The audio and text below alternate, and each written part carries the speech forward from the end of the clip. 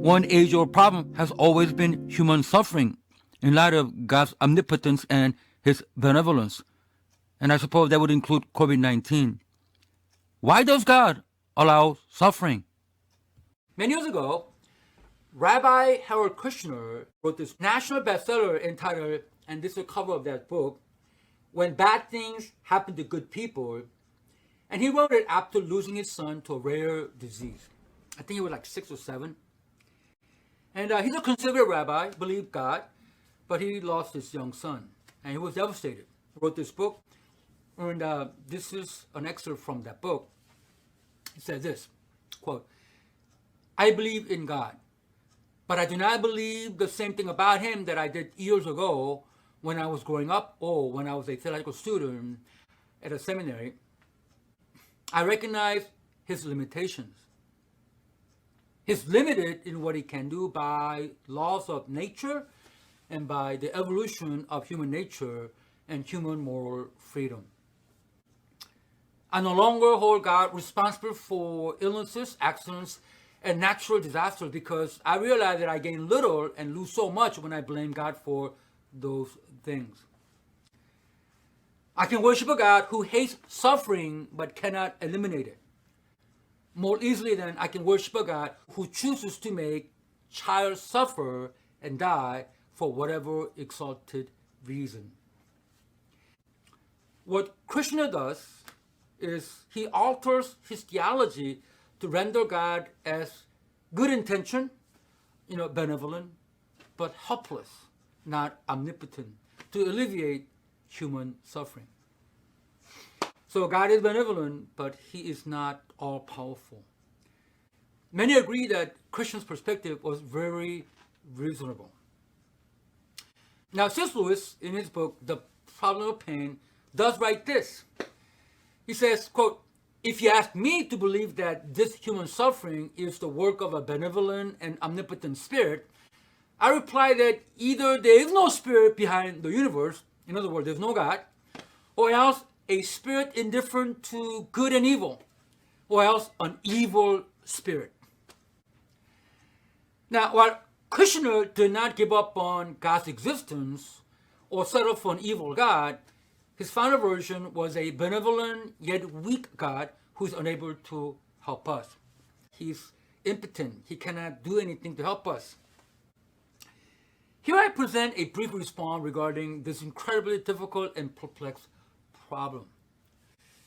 Personally, in my family, I have 2 siblings. My older brother lost his wife when she was 32, and my younger sister lost her husband when he was only 43. So we've gone through some stuff in our family. How have you handled those situations that really pose a lot of questions? Like, where are you, God? By no means do I have the final word on it. I say we ought to trust in God's character and to realize that he is bound by who he is.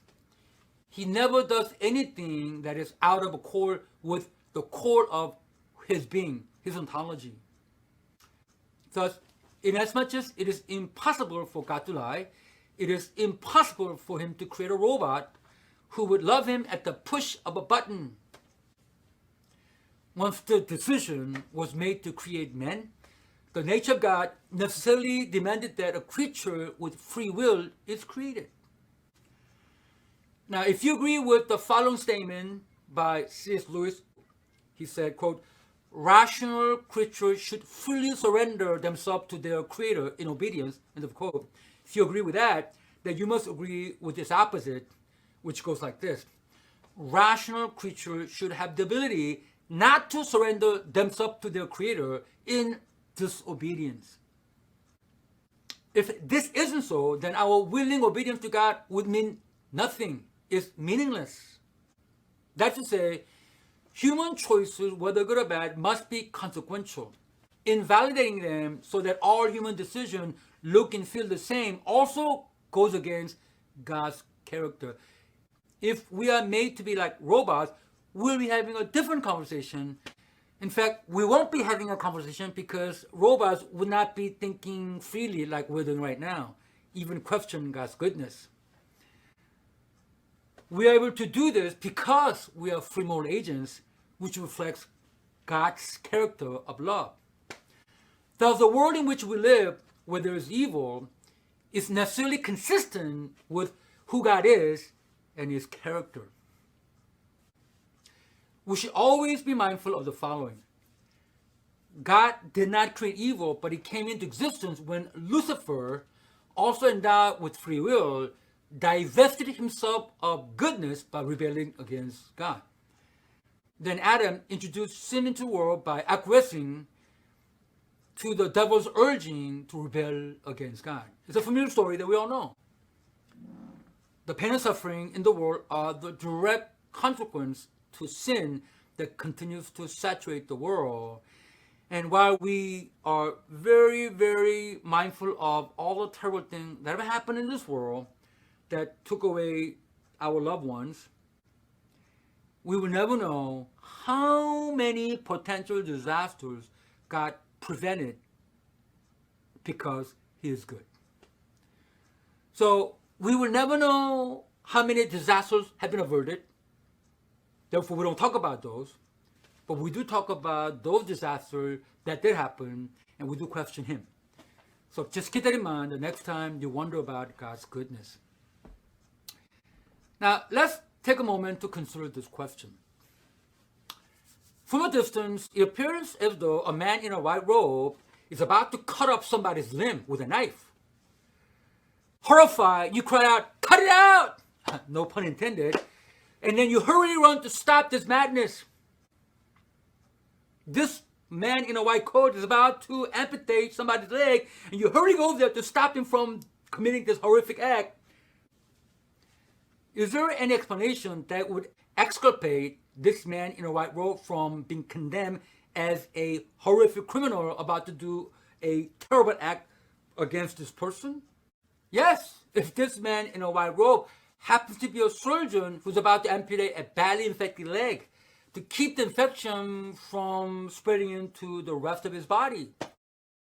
Now, that would make the surgeon both an able and benevolent person who's willing to inflict temporary pain on an injured person who may dislike the doctor for doing so for long-term health gain. So when God allows painful things to happen in our life, his purpose is no less benevolent than that of this doctor. The Apostle Paul captures that sentiment when he wrote to 2 Corinthians 1, 8-9, "For we do not want you to be unaware, brothers, of the affliction we experienced in Asia. For we were so utterly burdened beyond our strength that we despaired of life itself. Indeed, we felt that we had received the sentence of death, but that was to make us rely not on ourselves, but on God who raises the dead."